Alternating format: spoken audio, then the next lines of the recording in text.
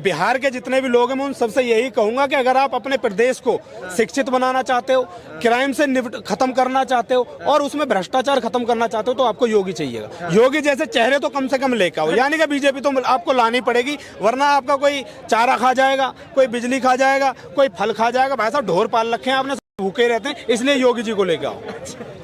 बिहार चुनाव को लेकर के आपने कहा कि ढोर पाल रखे। हाँ भाई, ये सारे नेता ढोर ही तो है। बताओ, चारा लालू ने खाया था? नहीं। चारा तुम खा लोगे? नहीं, मैं नहीं खा सकता। अगर चारा कोई खा रहा है तो कौन होगा? जानवर होगा ना भाई। तो इनको बदलो यार।